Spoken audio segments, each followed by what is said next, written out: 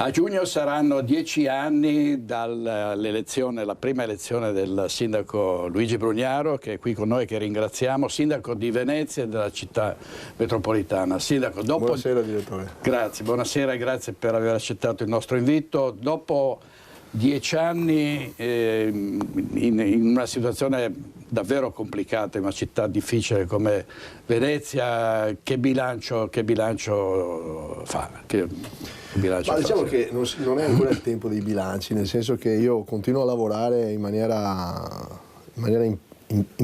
impegnata, molto impegnata. Una città che era complicata, è complicata e resterà complicata, perché è una città di acqua e di terra, come più volte ho detto. Dobbiamo guardare avanti. Il bilancio lo lasciamo tirare ai cittadini e anche a quelli che poi riusciranno anche negli anni a venire a vedere quello che abbiamo realizzato. Credo che sia più corretto rispondere così. Certamente il momento per me è complicato, visto che sono anche sotto inchiesta, e questa cosa qua ovviamente è un peso che mi porto nel cuore, insomma, non c'è dubbio, però sono sempre sereno, continuo a restare sereno, anche se è un'esperienza che mi ha segnato, mi segnerà la vita per quello che sarà il mio ricordo personale su questa roba.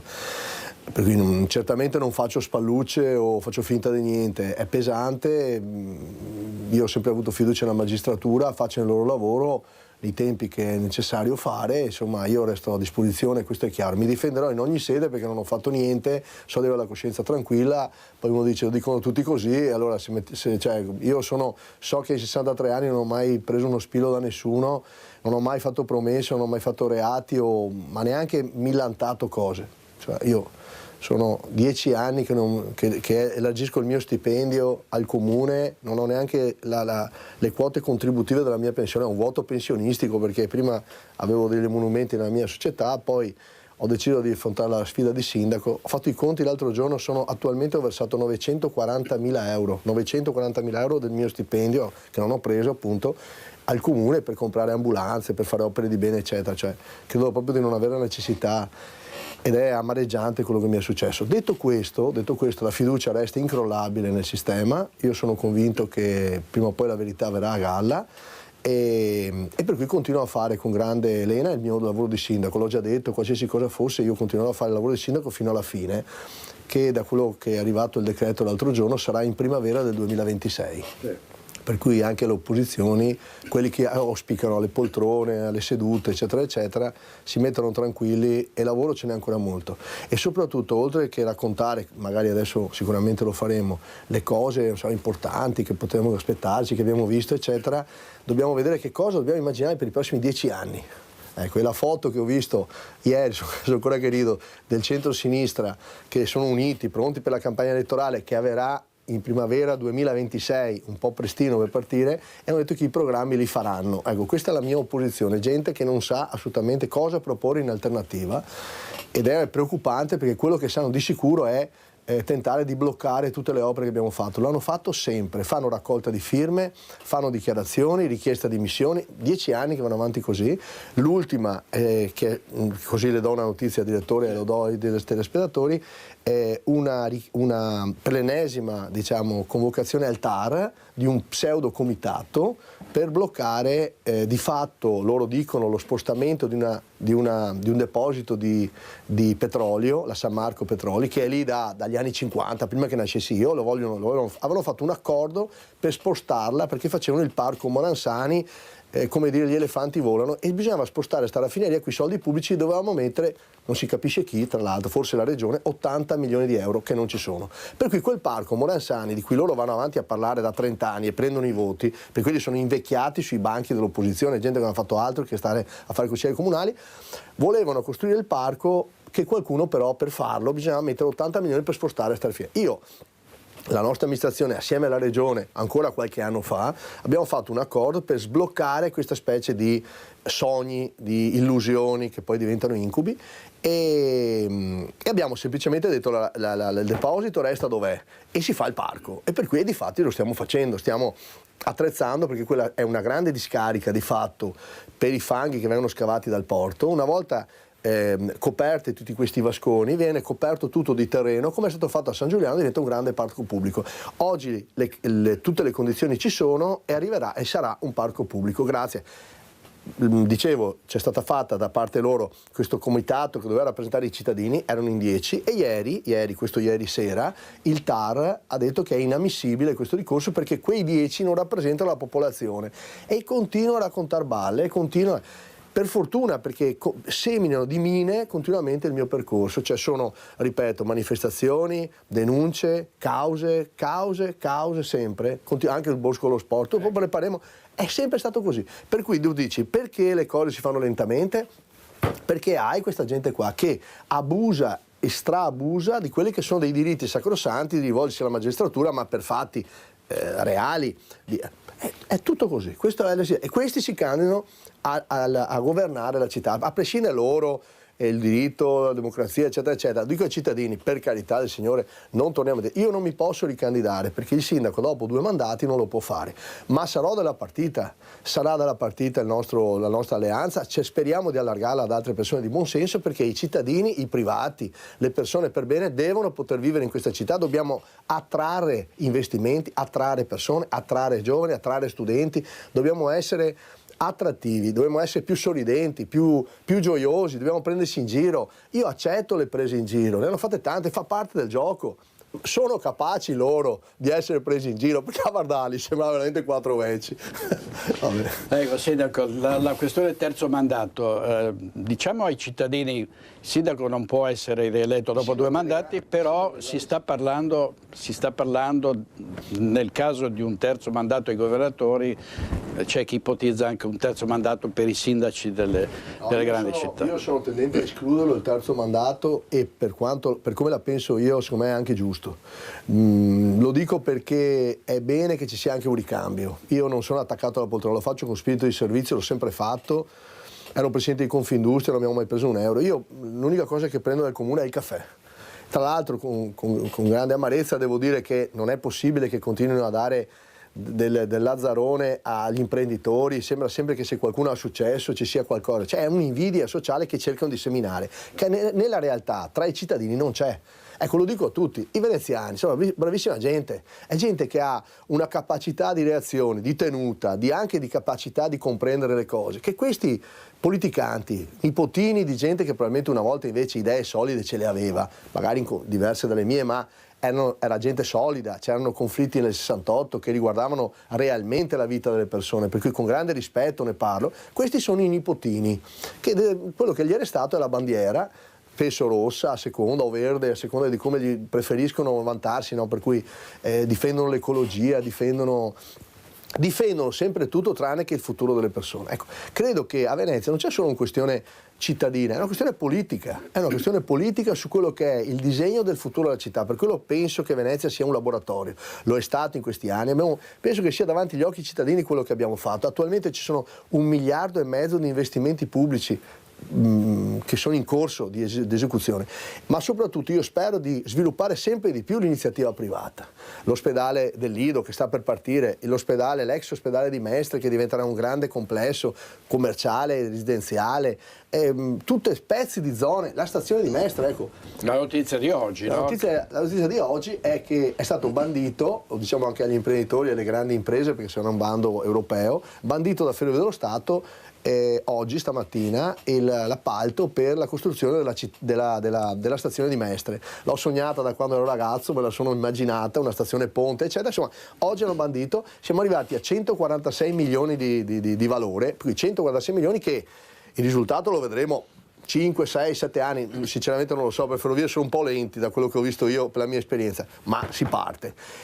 E però attenzione, nel frattempo ci saranno le imprese, ci sono i lavoratori, ci sono i professionisti che attorno a 146 milioni di spesa di solito si fa una ricaduta di 3 volte tanto, quindi stiamo parlando di una ricaduta sulla città immediatamente, sulla zona di Via Piave dove si ricomincia a respirare. E poi dalla parte di là in Via Ulloa mi attendo il progetto di Salini che svilupperà tutto l'altro pezzo di città, che creerà quel ponte che ho sempre detto ideale, pedonale, visionario tra Piazza Ferreto e e la piazza di Marghera, dove tra l'altro abbiamo demolito l'altro giorno, stiamo demolendo le palazzine, quelle vecchie dove c'erano i topi dentro, non c'era più nessuno, per farne un grande campo verde, per ampliare la biblioteca, per farlo diventare un luogo centrale della città e sempre più bello, perché Marghera ha la stessa dignità di Mestre e deve avere le stesse dignità di tutte le città di Venezia. Ecco, questo è il sogno per cui dobbiamo ragionare in prospettiva. Volete fermarlo?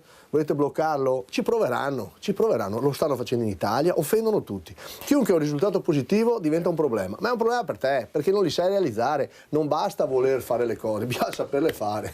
Sindaco, intanto il Bosco dello Sport sta prendendo forma, quando visto, si passa. Adesso a marzo cominciamo anche lo stadio, abbiamo fatto la prova di pali, quello che vedete è il palazzetto. Sì. A marzo, i primi di marzo, dovrebbe cominciare a venire su, faranno le fondazioni prima e poi comincia a venire su lo stadio. È un sistema costruttivo diverso, nel senso che il palazzetto è stato studiato per essere prefabbricato, la dico semplice, mentre lo stadio invece verrà su proprio diversamente, proprio in cemento armato, tutto un altro sistema fondativo, per cui lì dovrebbe avere poi delle accelerazioni successive.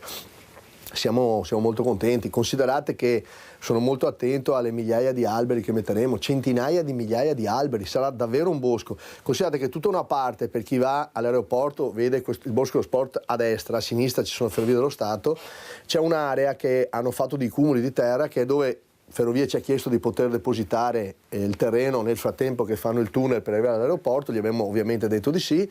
Quando sarà finito sarà il lotto dove toglieranno quella terra e costruiranno, per cui si arriverà proprio all'aeroporto con gli alberi, ma sarà gigantesco e collegherà anche il bosco dall'altra parte. Di qua della strada, nei progetti di Save, poi adesso il Ministero sta guardando eccetera, però vogliono fare un grande parco fotovoltaico che renderà l'aeroporto sempre più rispettoso dell'ambiente dal punto di vista del rilascio ambientale. Noi siamo d'accordo, abbiamo fatto richiesto alcune prescrizioni, semplicemente delle alberature, già le ho previste come città metropolitana tra la tangenziale e la ferrovia. Lì verrà già fuori una fascia di alberi, quello lo paghiamo noi come città metropolitana. Di là però sarà tutto un insieme ambientale di grande prospettiva nazionale, per cui non c'è dubbio che fra qualche anno, ecco perché bisogna seguire queste robe, fra qualche anno avremo una città che sarà completamente cambiata. Questo sarà già così. Certo, se la seguiamo e non la diamo in mano a dei matti, che sono soltanto matti, secondo me non c'è un'altra parola da dire, perché non si può bloccare lo sviluppo così, ce l'hanno su con tutti, chiunque fa qualcosa gli tagliano il dito, ma non esiste. E da Venezia dobbiamo far ripartire anche tutto il Veneto, qua bisogna ricominciare a lavorare, far progresso, la gente va a lavorare, bisogna poter farsi la casa, le palazzine vanno ristrutturate e bisogna dare una mano alla gente. A Venezia, tutti che piange, sono l'unico che ha fatto fare l'emendamento per fare il barcavello, la storia del moto ondoso, lo dico ai veneti. Moto ondoso, sei dagli anni 40 che parlano del moto ondoso, il moto ondoso distrugge Venezia. Bene, l'unico che ha fatto qualcosa pratica sono io, presentando tramite il mio partito, piccolo però bello coraggioso, Coraggio Italia, abbiamo presentato un emendamento, il barcavello con la Martina Semenzato, il governo l'ha fatto proprio, ovviamente noi facciamo parte della maggioranza di governo, insomma ci hanno approvato ed è entrato nel regolamento del codice stradale. Adesso non è che facciamo il trionfalismo, perché non è facile poi applicare, dobbiamo sederci anche con le categorie, con le persone che lavorano, perché poi tutti quanti vogliono le multe esemplari e poi magari le prendono loro e poi le cose diventano difficili. Allora noi non possiamo bloccare la città, io l'ho già detto a tutte le categorie, è chiaro che a Venezia si andrà più piano. Cosa implica questo? Che aumenteranno i costi delle merci, perché se la merce arriva più lentamente, dici ma dovevano rispettarle anche prima. Sì, ma ognuno faceva un po' come voleva, perché non c'era un sistema sanzionatorio legale che tenesse, per cui c'erano gli avvocati, alcuni hanno fatto davvero la loro fortuna facendo i ricorsi. Ecco, adesso questo periodo è finito, ma questo non vuol dire di non essere attenti ad ascoltare le necessità delle persone. Sindaco, legge speciale, solo 5 milioni? Anche lì, troppi vogliono parlare e lanciano proclami, eccetera. Io non faccio proclami perché so le difficoltà, so i conti del governo. Io sono uno di quelli che ha firmato il patto di maggioranza. Sappiamo cosa ha trovato la Giorgia Meloni. Ha trovato dei buchi, delle voragini, no buchi. Questo è il dato di fatto, va detto ai cittadini. Questi hanno fatto il reddito di cittadinanza, miliardi, ma non solo quelli poveracci che la prendevano, ma anche quelli che le prendevano che non avevano diritto, quindi delle truffe incredibili, ma a livello globale passeremo alla storia per quelli che sono fatti truffare il paese in una situazione di debito pubblico gigantesco. Il 110, un'altra roba che non che l'idea non potesse essere utile, ma 110% devi dare alle persone, ma dagli l'80, il 70, l'altro 30 lo mettono loro. È chiaro che in questo modo sono state carte e hanno fatto, tra le altre cose, truffe colossali, un disastro, perché per amministrare bisogna sapere amministrare, non ti puoi far condizionare da uno che dice ma io ti ho votato e voglio sta roba qua, ma io, se tu mi hai votato, vuoi che le cose vadano bene e io devi consentirmi, devi la libertà per farle andare bene, e in effetti crescono l'occupazione, cresce la voglia di fare, è questo che è la misurazione. Quando dicono crescono i prezzi a Mestre, crescono i prezzi a Venezia, scusate, è il termometro migliore per capire che le cose vanno bene, è il mercato, Watson. Quando aumentano i prezzi vuol dire che la gente vuole comprare, e dico a tutti che ascoltano, guardate che in via Piave è un grande affare oggi, perché è una situazione contingente, dopo il Covid è successo di tutto, stiamo affrontandolo e c'è chi vuole affrontarlo con gli abbracci, con i baci, con le accoglienze, eccetera. Sì, per quelli che se lo meritano, sì per le persone che vengono per lavorare, quelle che hanno difficoltà reali, ma ci sono alcuni che proprio non vogliono fare niente e vedono che sta bene così perché in Italia tanto non gli succede niente. A questa gente qua io dico no e continuo ad arrestarli. Poi la legge è quella che è. Le leggi lo fa il governo, non è colpa di nessuno oggi, per cui bisogna che nel governo, nel Parlamento, negli anni a venire, non sono cose che si improvvisano oggi o domani, non si può promettere la luna alla gente, e poi la gente non va a votare se resta delusa. Sarà un processo lento per far riportare questo paese un paese normale, molto lento. Qua sono tutti quanti che si tirano sulle bandierine e fanno gli eroi. Io non faccio eroe di niente, dico solo che ho lavorato 10 anni, dalla mattina fino alla sera, onestamente mi sono fatto un mazzo tanto e sono convinto ce ne vogliono altri 10, ci vogliono altre persone, ce ne sono, vi garantisco ce ne sono, l'importante è che ci siamo d'accordo sulla linea, se la linea è quello di fare anche le piste ciclabili per le persone che lavorano, perché uno che lavora, parte la mattina, paga le tasse e poi a lui non gli arriva mai niente, almeno gli faremo una pista ciclabile con la bicicletta il sabato e domenica, va con i bambini in giro. Ho aperto le biblioteche il sabato e la domenica, mi hanno fatto gli scioperi, le contestazioni, le denunce sindacale.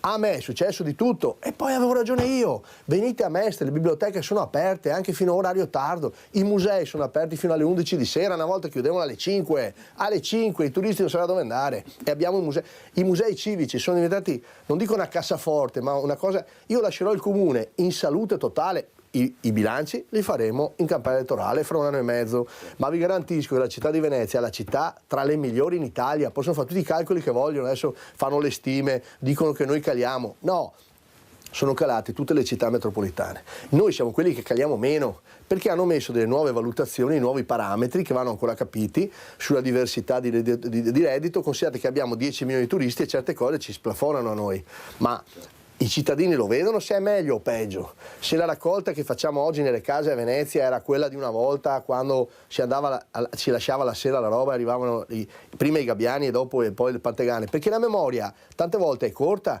oggi la città è pulita, si può migliorare sempre. Si può migliorare sempre e bisogna lavorare per migliorare sempre. Le critiche vanno accettate, io le accetto volentieri, basta che siano critiche di persone che capiscano che per avere dei risultati ci vogliono dei tempi. L'importante è, stiamo andando nella strada giusta o imbocchiamo una strada rovescia? Se è la strada buttiamola in cagnara, facciamo contestazioni, facciamo le manifestazioni. Avete visto?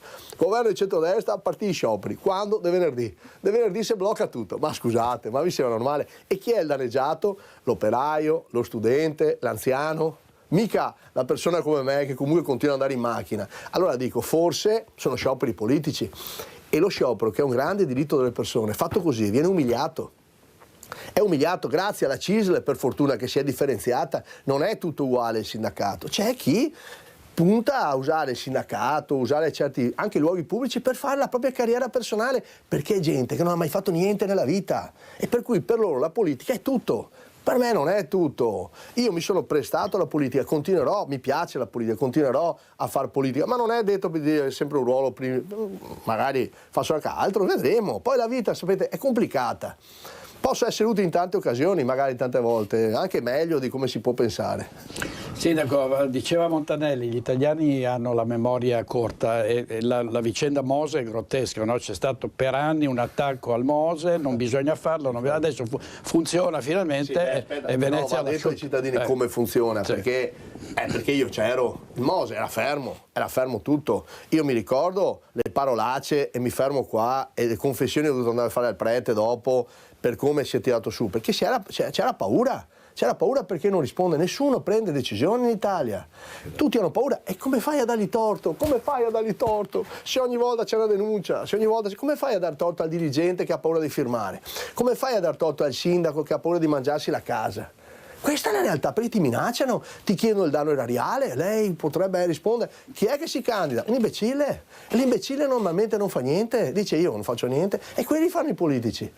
La bravura loro è non rispondere mai, perché dicono hanno ragione, rischiano. Il parlamentare, l'unico che ha una cappa di protezione, si capisce neanche perché poi spesso, perché non è che prendono decisioni strategiche, tanti ormai schiacciano i bottoni, no? Basta, ma chi è in prima linea? Guardate, immaginate che siamo in battaglia, è una guerra, pensate all'emigrazione, cosa sta arrivando, cosa mi è arrivato addosso in 10 anni. Quando avrà il direttore tempo, vero, allora lo scorporiamo, facciamo anche dei piccoli filmati, perché solo le parole magari stancano le persone, ma guardate, sono proprio orgoglioso di raccontarvi cosa ho fatto in 10 anni, perché è necessario ed è doveroso per me presentare un bilancio, ma un bilancio serio. Ci vorranno non so quante puntate per raccontare. Certo. Il Mose ce l'erano dimenticato, era lasciato lì, non funzionerà mai, manifestazioni. I No Mose, ve lo ricordate, le bandiere ce l'hanno ancora. No Mose, poi erano insieme con No Navi, no Tav, no Bosco, no Brugnaro, no cosa no, e dopo fanno le feste. Facevamo le feste sul no, facevano le feste e questo è il modo di stare insieme. C'è gente invece che si aggrega per fare festa, magari vai a vedere una partita, magari vai a vedere un film, magari stai in compagnia con gli amici, quella è la compagnia. Dove sta per forza contro qualcuno è un collante brutto, perché semina acredine, acrimonia, ma anche personale, perché poi c'è magari la persona più debole che ci crede e comincia a odiare le persone. Io non odio nessuno, io vi abbraccio tutte le persone che sono contro di me, vi garantisco, non c'è nessun problema. Ho capito che essendo una persona pubblica è normale che siano persone che non gli sto bene. Mi prendono in giro, mi hanno fatto di tutto, di più con le caricature. Mi dispiace qualche volta perché vedi la malizia, di solito a me piacciono, però dico, ma siete in grado voi di scherzarci su? Io mi sono vestito da Batman a Carnevale, perché credo che per gestire Venezia davvero ci voglia Batman, ma per gestire l'Italia ci vuole Batman. Ci vuole Batman e io continuo a scherzarci sopra, però poi sono molto serio nel lavoro, porto i numeri. La città di Venezia ha calato il debito pubblico di 100 milioni di euro, di più sono, ma poi vedremo esattamente. Cioè, mentre il debito pubblico italiano aumenta di 100 miliardi, cioè capite, dobbiamo invertire la rotta. Mi dicono, dobbiamo assumere i dipendenti pubblici. Ma quando mai? Ma perché? Allora, licenziare nessuno. Io non ho mai licenziato nessuno in questo senso, mai. Ma se vanno in pensione da soli, certo, vanno fatte le istruzioni, ma devi per forza sostituire one to one. Al governo, al Parlamento dico, ma non possiamo continuare, 400.000 statali per 5 anni tutti gli anni, ma forse anche no. E allora l'intelligenza artificiale a cosa serve? Cioè le ristrutturazioni del debito si fanno anche calando i costi, ma devi farli. Hai paura di prenderti i fischi? Affari tuoi, fai meglio di candidarti. A Venezia c'erano 3.200 dipendenti, adesso sono 2.004. Cioè, non è che ho aspettato decreti, cioè, semplicemente abbiamo efficientato la spesa, sono andati in pensione, Avevamo delle aziende decotte, lei si ricorda il Casinò, lo davano per scontato che venisse svenduto, fra virgolette, che poi sicuramente arrivava qualche cavaliere bianco, amico loro, che se lo comprava e faceva anche l'eroe tra l'altro. Se mi invece vado a un'asta pubblica, mi compro una roba, qui schemi, è un delitto e c'è qualcosa che non torna su sta roba qua, è chiaro che siamo due visioni diverse. Io il Casinò, ma se uno va a un Casinò lo vendi. Io mi ricordo quando avevamo, scusate il termine, le pezze al culo, il comune di Venezia era ridotto al disastro quando sono arrivato io, ho fatto musina, ho messo 3 milioni per rilanciare il Casinò, perché ho detto, ma se te hai un Casinò te lo perdi, sono solo 4 autorizzati in Italia.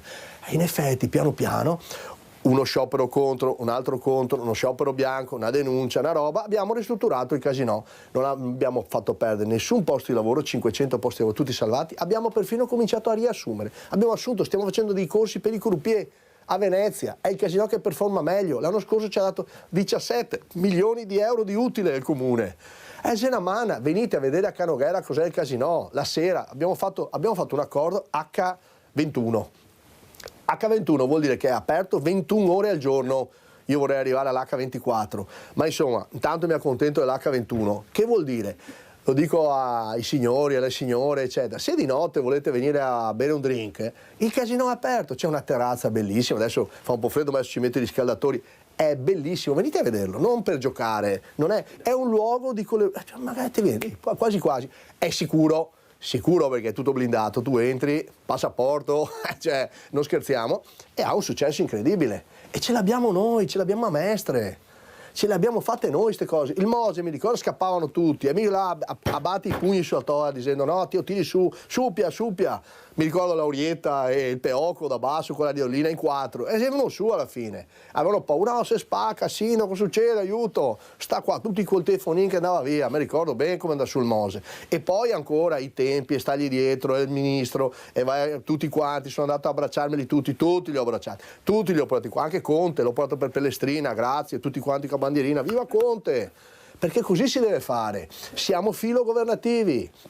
E se domani vince un'altra, sempre viva l'altra, basta che porta a casa i SKEI, che porta a casa lo sviluppo e che capisca i problemi che hanno le persone e le imprese. Questo è.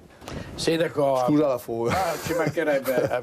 Il sindaco Brugnaro ha attaccato anche per il ticket d'ingresso, ha funzionato benissimo, no? Ma scusa, il ticket d'ingresso, anche lì, è una sperimentazione che iniziamo, anche lì io non faccio il trionfalista, mi rendo conto che sono l'unico in tutto il mondo che l'ha provato, è logico che avremo di problemi. È andata bene anche. Guardate, i turisti sono contentissimi, chiaramente è un problema di affinare.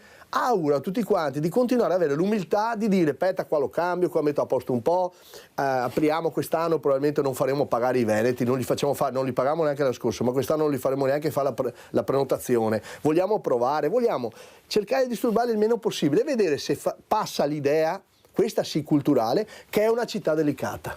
Questa è una cosa importante da dire a tutti. Signori, Venezia è un patrimonio dell'umanità, tutti siamo veneziani, un pezzo di Venezia, ce l'abbiamo tutti nel cuore, a maggior ragione chi ci vive, chi ci lavora evidentemente, no? Però è una difesa, è per quello che credo che lo Stato, la storia di 5 milioni se è vera, eccetera, è ovviamente una miseria e forse un insulto all'intelligenza di tutti, ma non è che dobbiamo demorderlo o abbandonarci. Purtroppo hanno trovato una situazione disgraziata, vediamo, io non mi arrendo, ma c'è sempre dopo, c'è sempre domani, c'è sempre tanta gente. Se siamo insieme su questa battaglia, diventano, senza però voler dire, usare paroloni o minacce o cose del genere, dobbiamo semplicemente far capire, forse è tanto tempo che non l'abbiamo fatto capire.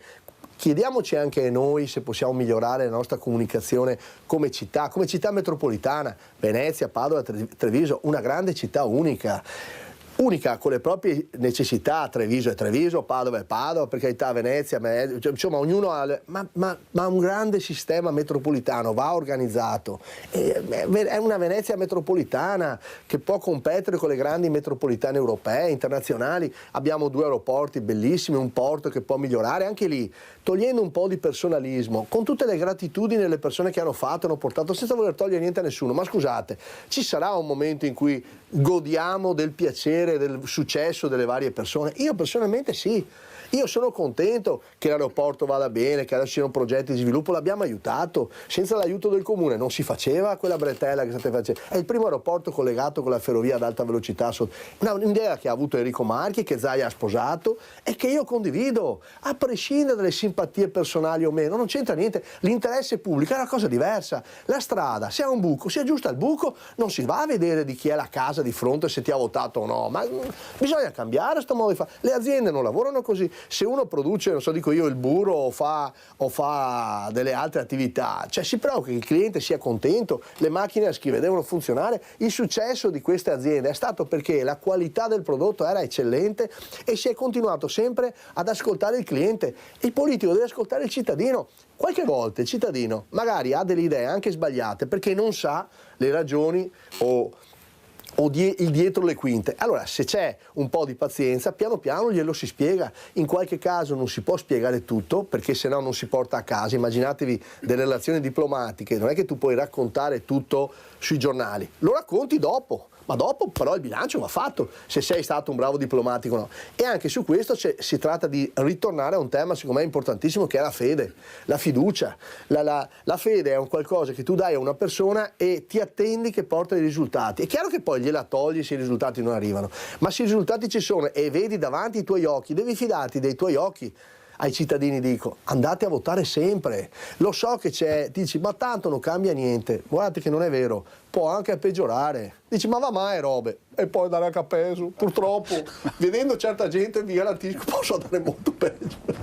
Sì, tornando al turismo, no? Tassa d'imbarco e poi la questione key lock, no? Tanti proprietari di case veneziani dicono era comodissimo avere i pulsantini, lasciavamo le chiavi, adesso ce lo impediscono. Sì, allora io ho aspettato la legge nazionale, prima di fare diciamo, la nostra normativa abbiamo aspettato di uniformare le norme regionali in maniera tale da non creare doppioni, perché poi crei problemi. Ho aspettato perché la ministra Santanchè diceva stiamo facendo, e in effetti poi l'ha fatta, e noi siamo arrivati a un regolamento che tiene conto già di queste, perché se no avanti in re poi la gente non capisce più niente, anche perché stiamo parlando di gente che si muove a livello internazionale, non è che puoi dargli continuamente frasi, perché è da stare molto attenti, perché anche lì tutto in miglioramento, ma si può fare anche danni, bisogna stare attenti, perché l'economia del turismo non deve essere unica e non deve essere fagocitante, siamo d'accordo, però l'industria è importante, non è che possiamo dimenticarcelo. A Venezia è un'industria importantissima, per il Veneto è un'industria che crea e genera profitto non solo degli addetti direttamente al turismo, ma anche di tutte le società e tutte le aziende che vendono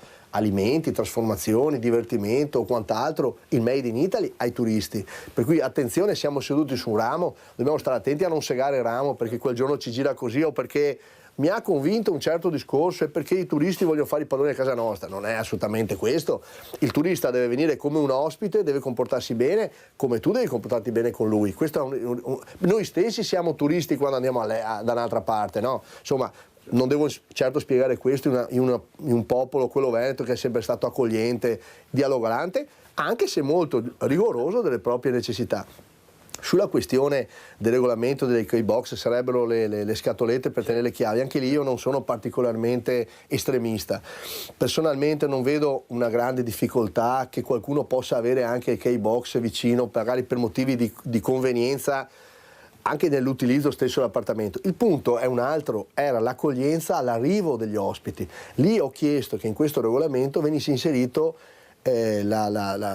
l'incoming fatto di persona, perché fatto di persona io vedo le persone, ci parlo e riesco anche velocemente a spiegargli quali sono le regole del condominio. Se il portoncino cigola, a parte il fatto che magari chiedo anche al condominio di buttarci un po' di olio, perché anche qui sembra che sia tutto immutabile, no? Però insomma racconto quali sono le regole della casa. Per esempio che la raccolta a Venezia viene fatta casa per casa. Tu non puoi prendere il sacchetto e vai in giro cercando un posto, oppure sai dove c'è la barca che ti aspetta dalle 8 a mezzogiorno, ma te lo deve dire qualcuno, perché sennò il coreano, il giapponese, che ne sa lui dove. E allora gira con questi sacchetti, no? Magari pensando di far bene, e li infila sui sacchettini, sui cestini che sono invece per la carta del cono del gelato.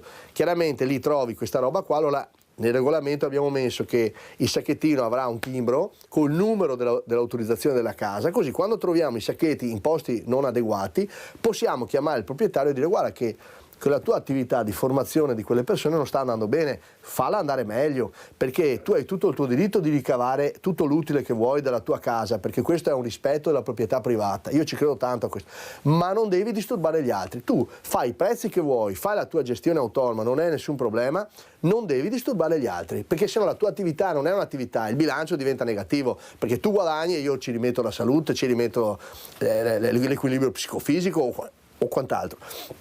In questo meccanismo di rispetto noi abbiamo fatto questo regolamento. Anche lì andrà affinato, l'abbiamo fatto per una prova, per 1 anno e mezzo, insieme alle categorie se sarà necessario agiremo anche, però andremo a fare i controlli. Io sono quello che quando è arrivato ha preso tutte quante i numeri che avevamo di persone che avevano dichiarato di fare alloggi e li ho messi tutti su internet, in maniera che tutti vedessero, e lì è venuta fuori l'esplosione, ma c'era già. Tutte cose che il centro-sinistra ha nascosto, ma non è che l'ha nascosto volutamente, non si rende conto dei processi sociali ed economici che avvengono. Allora invece bisogna farlo in maniera trasparente questa roba qua. E io l'ho reso in maniera trasparente, in maniera tale che le persone guardavano e dicevano: ma quell'appartamento è nell'elenco del comune? Perché là ci vedo gente andare. Perché un altro dei temi importanti che abbiamo inserito in questo regolamento e che credo che se diventerà un caposaldo potrebbe diventare un esempio per altre città che hanno comunque problemi analoghi, non c'è solo Venezia, è quello del numero delle persone che vanno negli appartamenti. Se tu hai un appartamento da 6 posti letto, 6 persone devono venire, possono venire 20. Cioè se tu hai dichiarato un mini hai 2 posti letto, puoi mettere 2 più 2, ma me li dichiari e quelli sono i nomi. Allora non mi crei la confusione, perché se tu, ho capito, può essere una volta che mi chiami gli amici, mi racconti sta barzelletta, ma basta però, perché poi se quello sotto o quello sopra deve andare a lavorare, come faccio io a attirare residenti a Venezia se non impongo delle regole anche fra gli stessi veneziani di rispetto reciproco? Perché allora arriva il signor cliente, il signor cittadino. Noi, lo spopolamento della città, l'ho raccontato e lo voglio ridirlo ancora. Dati dell'anagrafe del comune, per cui non la farmacia o qualche associazione che se ne inventa. I dati dell'anagrafe del comune tra residenti, tra immigrati e immigrati, migrati vuol dire quelli che si iscrivono da fuori all'anagrafe di Venezia o che da Venezia escono, si chiama emigrazione, il dato è più o meno in pareggio, più o meno di 3-4 unità, è più o meno in pareggio. Il tema è che abbiamo lo spopolamento, ci mancano 300-400 persone all'anno, parlo del centro storico, del pesce cosiddetto, perché le persone muoiono. Sono anziani che magari ultimamente vivevano anche da soli, i figli spesso quella casa che ha assunto dei valori incredibili, in qualche caso liberamente decidono cosa fare, spesso la vendono perché magari con una casa si comprano 3 appartamenti, sistemano tutti e 3 i figli. Posso fare una norma per vietare sta roba? Sono gli stessi veneziani, voglio dire, cioè io non credo che questa sia la strada, credo che Venezia e il centro storico sono i parioli del mondo, direi quasi, è evidente che il prezzo cresca. Non è vero che non esistono le case popolari a Venezia, esistono sì. Il comune, nella situazione drammatica che ho trovato, non ha venduto mai nessun appartamento. E gli appartamenti del comune li abbiamo quasi tutti, direi, parliamo di centinaia e centinaia di appartamenti del centro storico, ristrutturati tutti. Quelli che ci sono che si liberano, perché io devo aspettare che si liberi, oppure facciamo manutenzioni.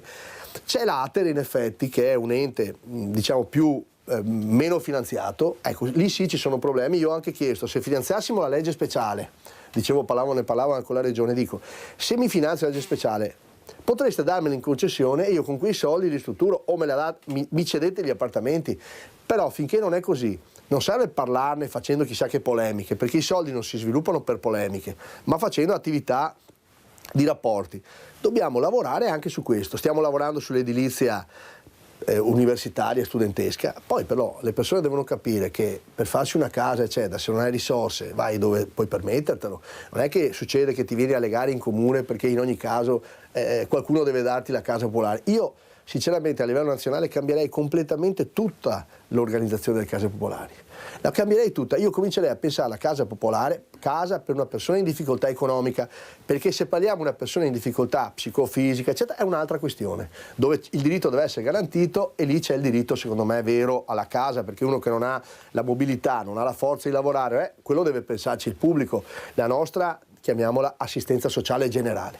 Ma tante persone invece hanno problemi economici, possono capitare a tutti queste cose, momenti di difficoltà, le separazioni, problemi anche fisici per un periodo, psicologici eccetera. Bene, io dico io ti assisto, ma deve essere, la casa deve diventare come un ospedale, ti assisto per qualche mese, cioè tu entri in una casa, hai problema stamattina, stasera stessa ti do la casa, già pronta, ma tu ti comporti bene, la chiave non è che ti do e fai quello che vuoi, è diventata la casa tua per il resto della vita, hai vinto la lotteria.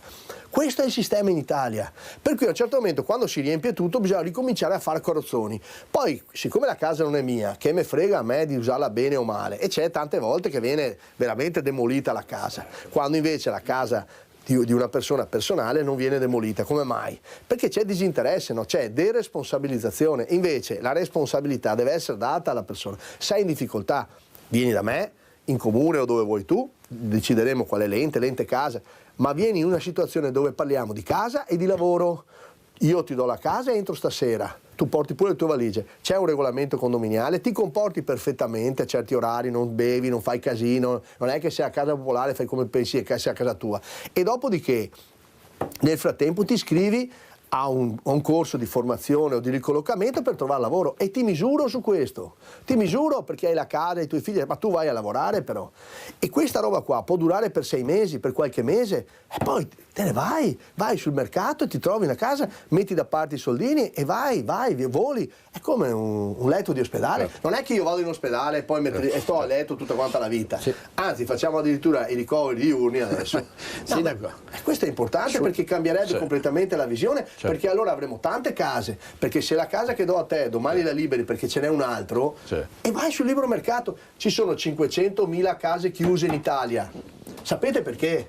Perché non ci sono gli sfratti, perché se tu l'appartamento lo affitti a una persona sbagliata, magari che si frega o che pensa lui di fare un po' come crede, tu la casa non solo non prendi l'affitto, non hai più il bene della casa, è una casa occupata, non la vendi neanche più. Allora il pensionato, l'anziano, la persona, dico io, che ha la sua pensione, ha comprato l'appartamentino, dice aspetta, è meglio me lo tengo libero, che se ho un problema di salute almeno lo vendo.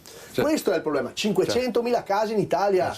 Allora da Venezia possono arrivare delle proposte molto innovative, perché se noi abbiamo il coraggio, e qua è questione del governo, del Parlamento, di cominciare a dire no, adesso andiamo a vedere bene le domande di sfratto, ma molto rapidamente, perché se ha ragione il proprietario, tu lo sfratto lo dai. Se io ho fatto un contratto fino a una certa data e tu lo sapevi che ti scadeva fra 4 anni, magari ti mando, mettiamo l'obbligo dell'avviso un anno prima, attenzione, non voglio rinnovartelo, un obbligo dove hai un anno per trovarti, mettiamo un anno, ma quando scade l'anno tu te ne vai via perché è scaduto il contratto. Abbiamo un contratto perché magari ho pensato di mettere mia figlia, ho pensato di andarci io, ma insomma sarò libero di pensare con la mia proprietà di cosa fare. In Italia non si può fare, e così cosa succede? Le case sono chiuse, vengono poi occupate da delinquenti, poi ci chiedono le case popolari e il debito del paese aumenta di 100 miliardi quest'anno, 100 miliardi. Cosa lasciamo ai bambini?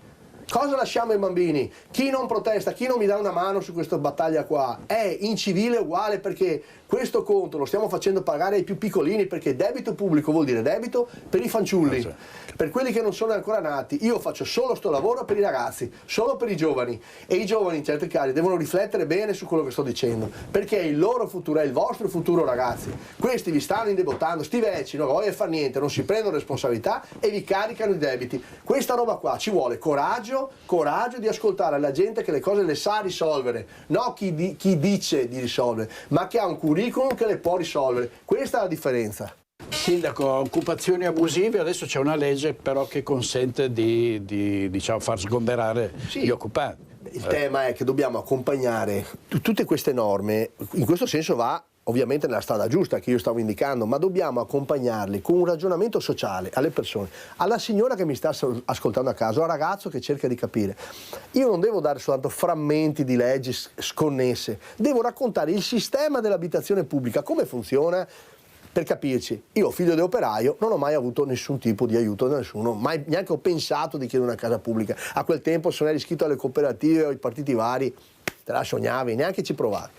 Oggi abbiamo delle regole più trasparenti, ci sono delle liste, resti anni in attesa, cioè magari nel frattempo qualcuno occupa la casa, per cui ben venga delle norme che almeno consentono di recuperare questi abusi, ma siamo proprio a prendere l'abuso dell'abuso, stiamo andando. Ma è molto prima che bisogna fare un ragionamento e dire ai ragazzi, intanto, volete pensare alla casa, cominciate a pensare a dare un affitto, perché se vuoi comprare la casa devi avere almeno una quota del 30%, il 25, il 30, devi averla risparmiata, devi metterla da parte, non puoi pensare che spendi e vivi sul debito, perché poi vieni alla fine, come posso dire, legato da quel debito. Tu non lavori più per te stesso. La mia casa, no, se tu sei della banca, se hai messo un 30%, allora il mutuo è un po' più basso, è più vicino all'affitto, sarà sempre più alto, ma è più vicino all'affitto, e dici, ma poi mi resta qualcosa.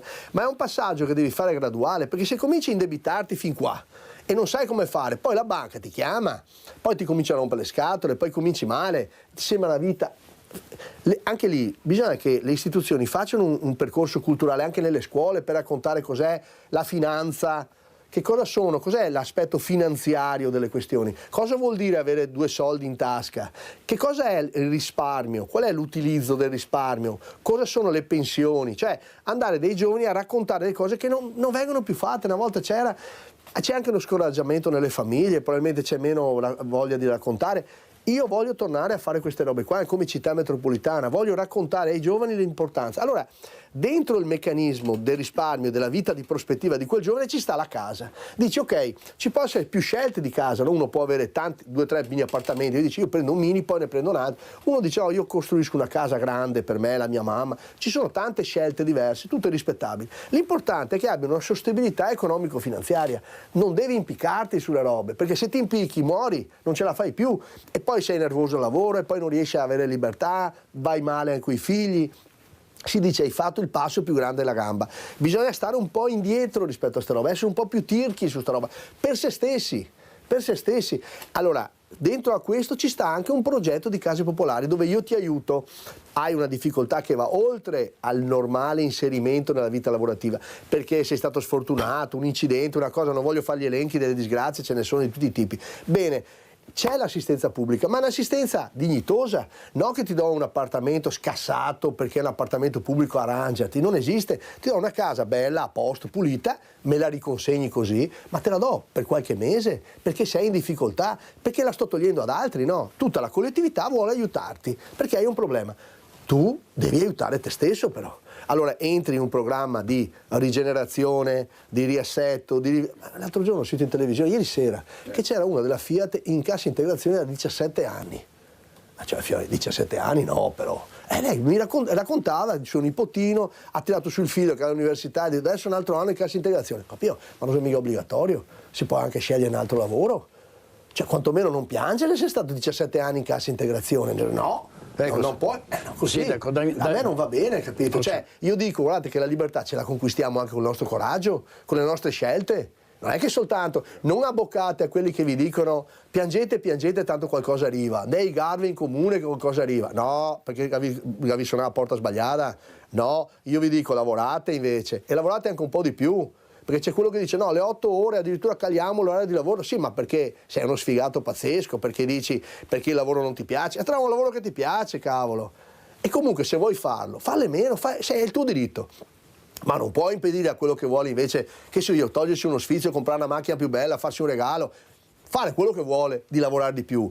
È un suo diritto sacrosanto e dobbiamo anche detassare quelle ulteriori lavoro, quelle capacità delle persone. Ma dai, facciamo le cose che sappiamo tutti che sono cose normali, non sono né di destra né di sinistra, è roba normale. Io ti concedo tutta la libertà che vuoi stare a casa, vuoi lavorare con smart working 4 ore al giorno in savate, fai quello che vuoi, ma mi consenti la mia stessa libertà di darmi da fare, di lavorare.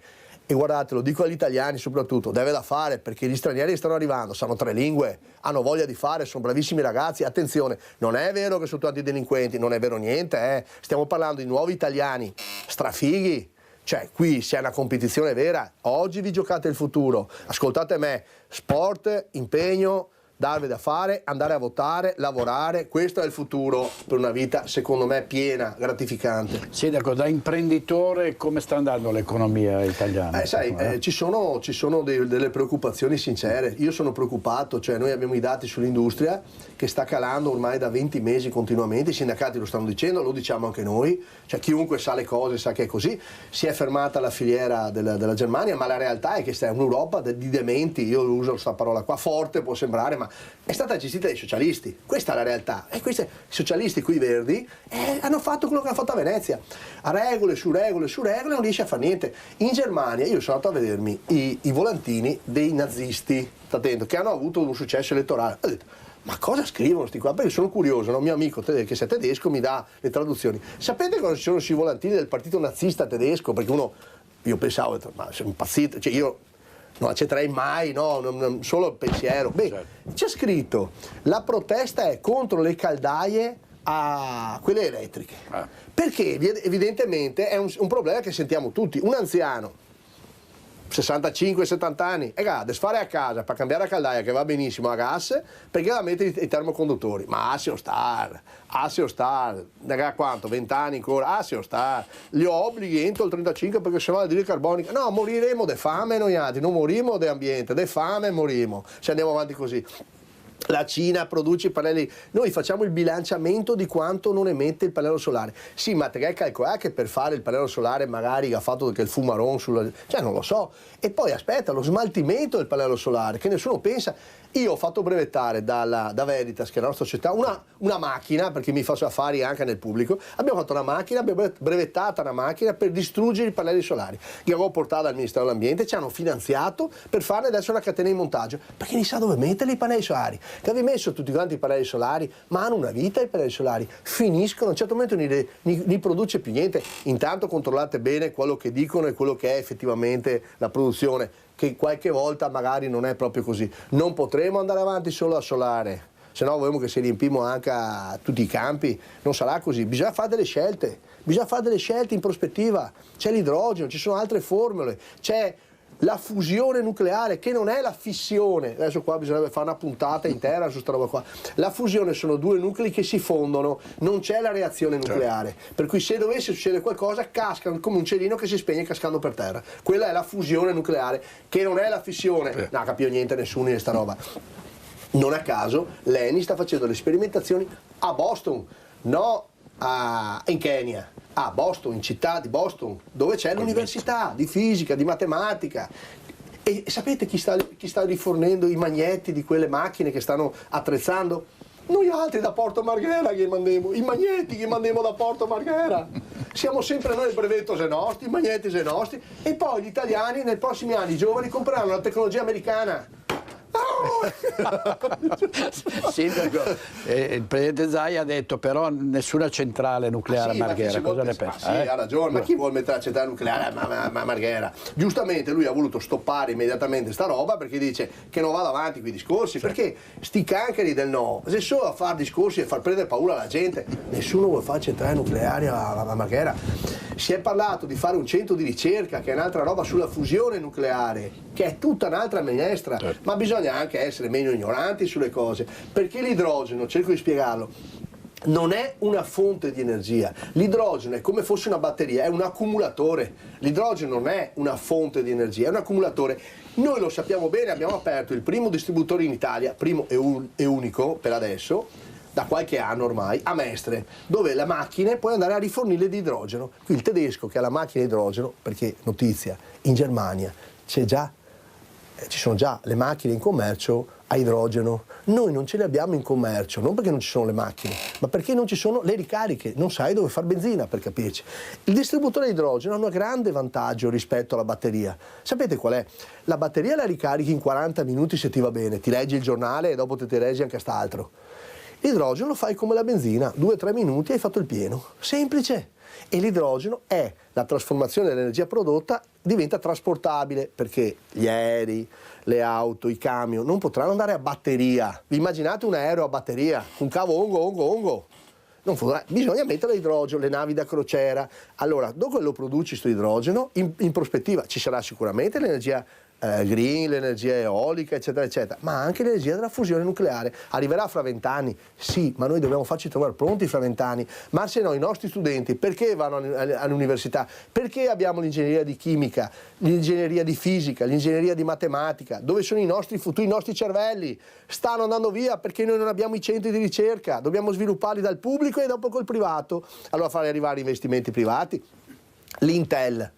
Posso chiedere se vi va bene che venga l'Intel a Marghera, cioè i microchip? No, perché questo è il tema, non può essere soltanto area portuale. A proposito di uno sviluppo che qualcuno vorrebbe solo logistico, ha sbagliato.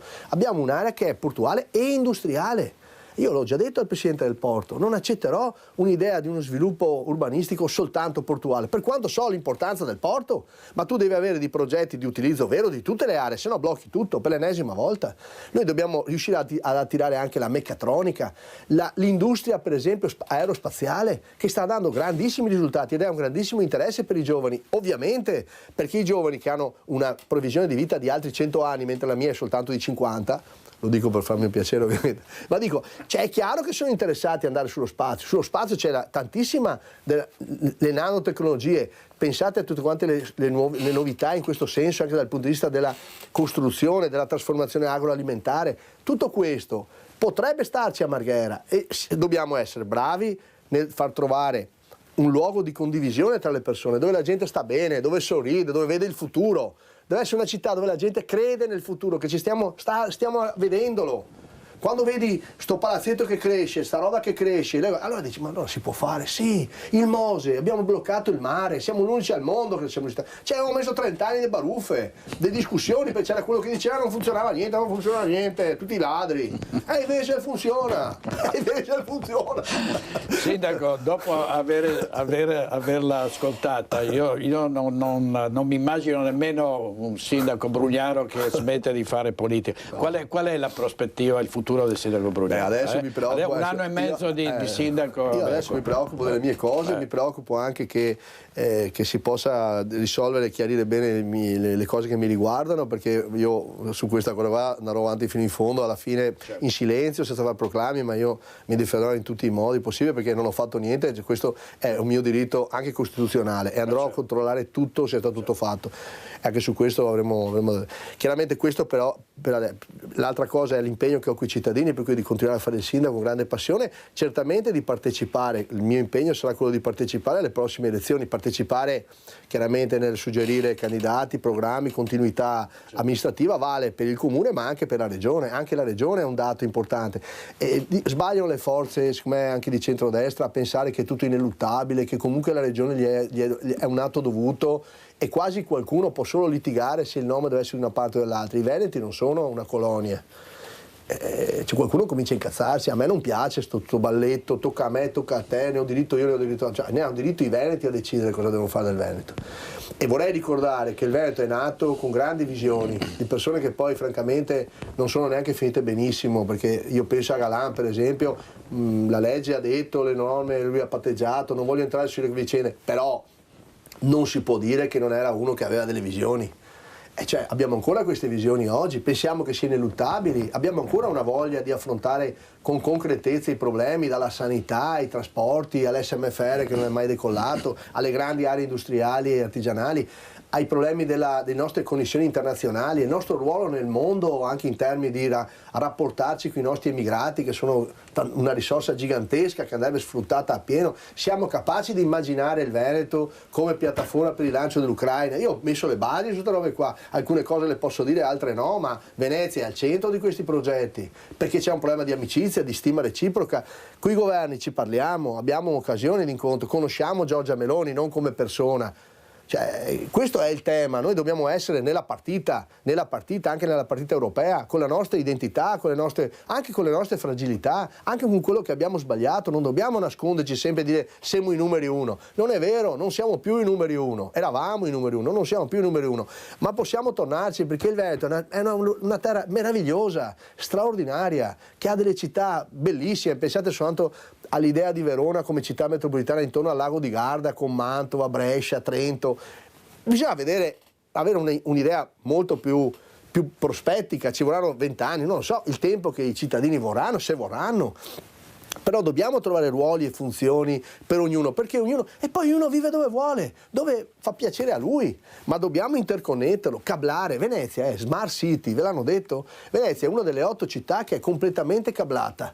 Questa roba qua è importantissima per cosa? Per far arrivare gli investimenti. Il giovane artigiano può da Venezia con le reti in fibra, io ho portato le dorsali a Lido, da lì è arrivato poi l'investimento del signore tedesco che porta un'attività che lui ha già in Germania, che ci farà fare un salto di qualità nella sanità. Vedrete ai cittadini che cosa sarà, adesso non vi svelo, ma non è solo la parte, come qualcuno pensa, edilizia, abbiamo risposto, certo, importantissima, ci mancherebbe, posti di lavoro, giustizia, ma per far cosa? Ve lo dico io, per far diventare il Veneto del 3000, qui si va avanti, l'intelligenza artificiale, così è reale, è realtà, e così probabilmente ti arriveranno i droni con le medicine a casa tua, siamo dentro a questi progetti noi, poche città in Italia sono così, li ho messi tutti, solo che non faccio l'elenco, se faccio l'elenco indispettisco le persone, creo gelosie, magari il sindaco del Pinco Pallino dice no, anche a Mira, ferma Brugnano, ferma, perché poi l'unica roba che Bonifari c'era il partito, fermano, se no il fa massa bella figura. Ma cosa ti va a fermare? Siamo già fermi tutti quanti, accelera, remate tutti dalla stessa parte, coraggio Veneti. Sì. Grazie, direttore. Grazie, buon lavoro, grazie molto.